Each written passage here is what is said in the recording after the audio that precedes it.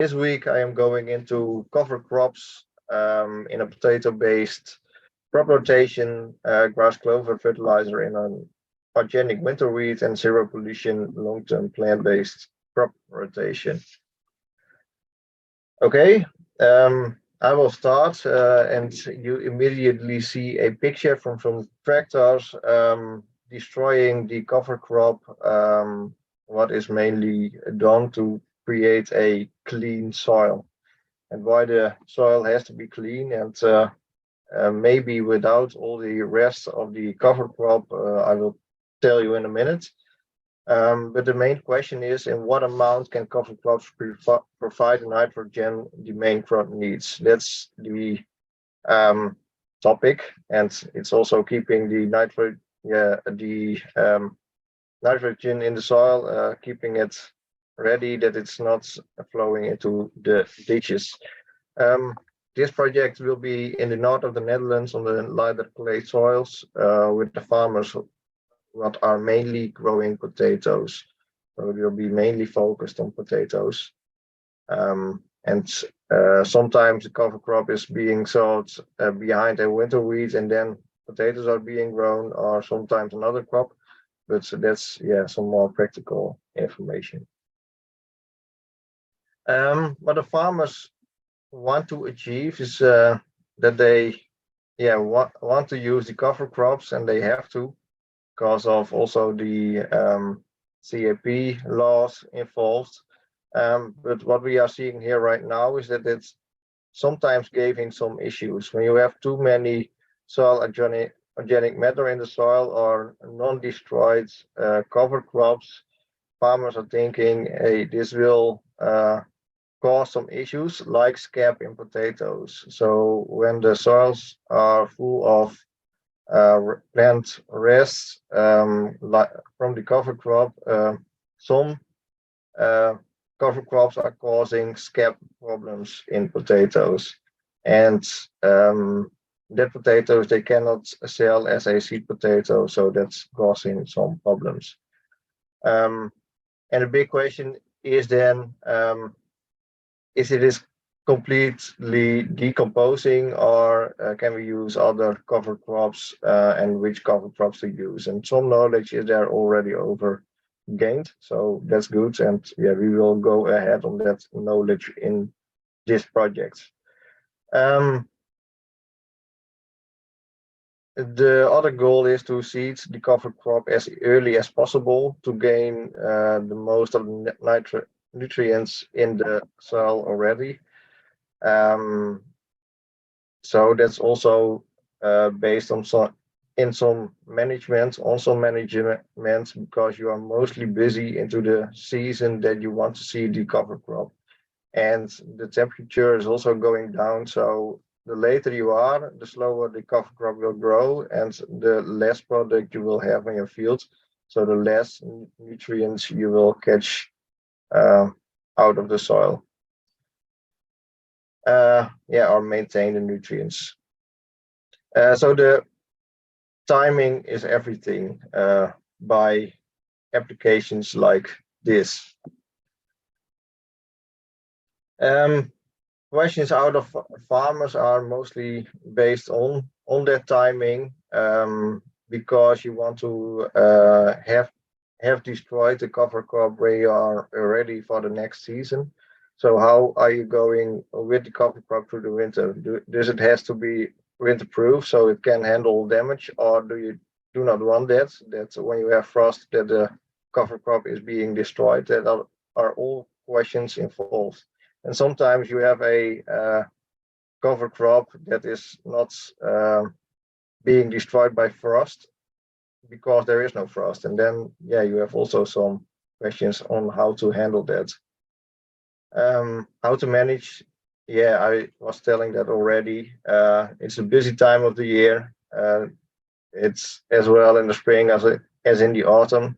In the autumn, because of all the harvests, like wheat and potatoes, and in the spring because of seeding sugar beets, onions, and also planting the potatoes. And then the big question is how to destroy it, keep the minerals available for the next crops. which machinery to use. Do you need chemicals, or do you do not want that? Because some farmers are using chemicals to destroy the cover crop because the winter is not cold enough. Maybe biostimulants will help with decomposing the cover crop, or some other additives. And Luke was also mentioning that they were counting the earthworms and how many were there available. And I was thinking that's quite interesting, because earthworms are eating all the plant rest and are making that available for the next crop. But when does the earthworm does to eat that cover crop, that it's available for the next crop? Is it maybe 2 weeks before you want to plant the crop, or does it have to be 6 or 8 weeks in front of it? So that's interesting to do some research on. And then the question is also, which cover crop do you need to have before and after each crop? Which type or mixture? When do you want to seed it, and when do you want to destroy it, that it is decomposed and available for the next crop? In this project, we want to do some measurements because of the questions farmers are asking. So the nutrients availability in soil after harvest, what is available, and what will be available for the cover crop, and how many is the cover crop instead of catching up all the nutrients already in the soil.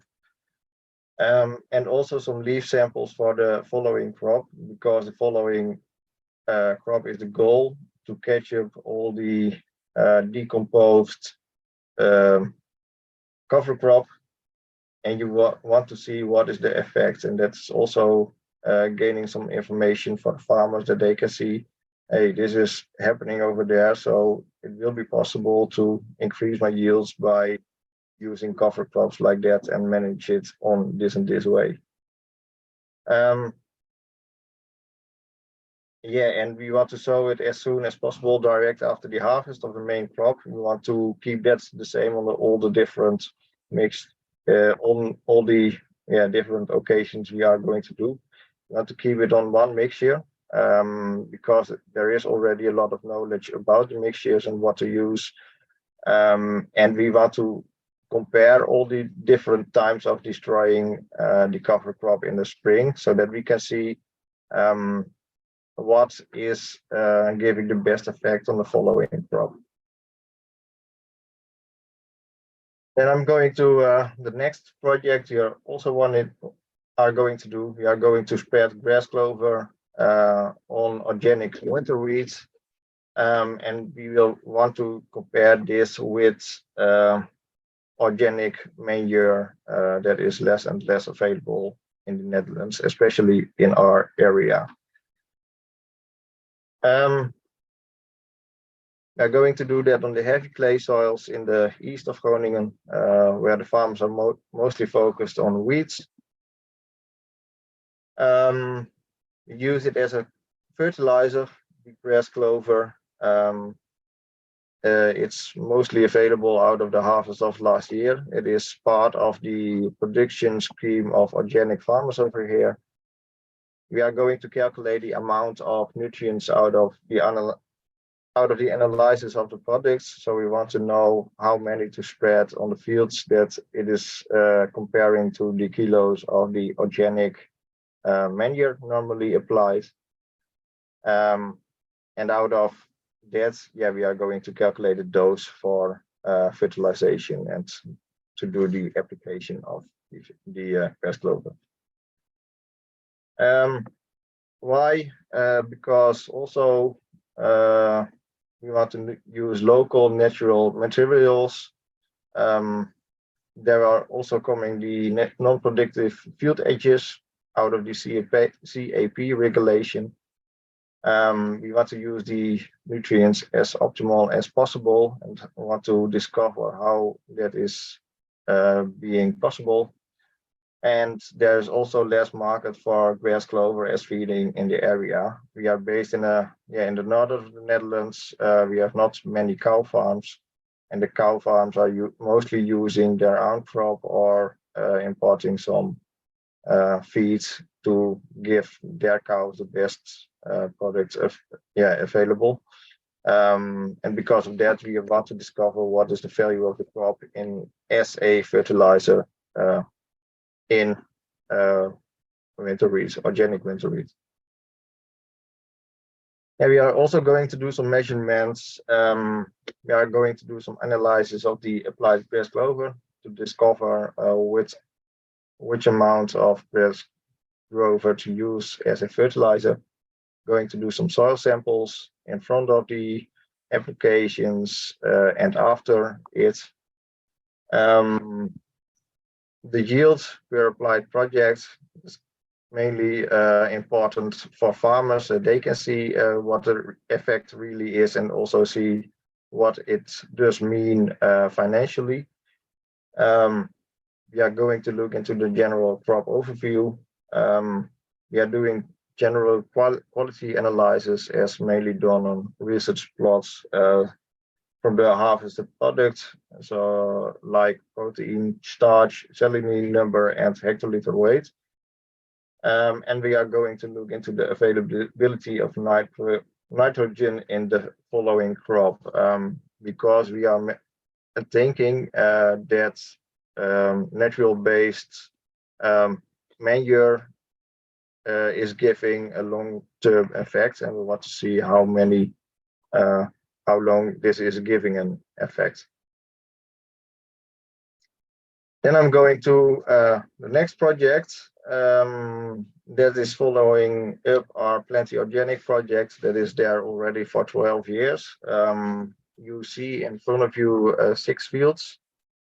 On that 6 fields, there is a crop rotation, 1-on-6 crop rotation that is there already for 12 years, and it was being manured by its own grass clover grown in this rotation. Last 2 years, we are doing this also with some external compost. This compost is coming from nature. They are mostly leaves, grass, wood, and flat composted. Main goal of this project is to grow nitrogen. You will also see that in the crop rotation scheme. You see the green area of the fields that is without compost, and with compost are the yellow lines, the yellow areas. The crops that are being grown will be clover to give as a manure. That clover is being baled and applied when the crop is needed. Pumpkins, oats, carrots, spring beans, and sweet potatoes. That's the scheme. And this is quite a hard scheme on the right, but I want to try to say what is being involved in that. You see the fields on the left, field 1, 2, 3, 2, 6, and then you see also the years. And so the first field is being cropped with the crop 1 at the start, and the field 2 is starting with crop 2. And I can completely work it out, but I think when you have time, spend some time on it to discover this complete field. But the main goal is that we are not growing on the complete field the same product at the same time, but that we have an actual, like farmers, an actual rotation. And now we are going into transform them with this project that we are doing also with Wageningen University. I think Jan and Meng are also over here, so that's great. They are also going to do a lot of measurements with also us. And we are going to do a lot of extra measurements that we haven't done before, and that's the great opportunity of this project. We are going to look into the different layers of the soil, mostly the soil samples that are being taken are right now on 0 to 30 centimeters, but we are going to look into how the different layers are compared to each other, and if you can see a trend line in between them, and we are looking into soil organic matter, nitrogen, and all the standard analyses that are being done with soil samples. Also looking into the nitrogen running off of the field and going into the air. And we are going to do that for several years. And we are going to start within the potatoes, because the potatoes is the crop that we have in as well the standard crop rotation, so conventional farming, and conventional organic farming, and on this conventional or in this plenty organic project. So we can compare what are the differences, what are we seeing, and what is happening into the soil. So that might be great. Now you see the project, and I've told that this already, but this will give you an overview. Plenty organic field is on the top. You see all the measurements taken. It is in a Z pattern, and we are also going to do that in the standard fields, in the standard organic fields, and the conventional fields. Okay. And now you see what we are going to do. We see the cut and carry fertilizer that is being done, and also the cut and carry fertilizer with compost. We have also to compare that. So there will be 4 areas where we are going to measure all the soil samples. We're going to do that on a 0 to 10 centimeter, and in between every. And then also 10 to 20, and then 20 to 40 centimeters, and 40 to 80 centimeters. It will be done on 4 areas with 5 replicates, so there will be 20 samples for each for each treatment.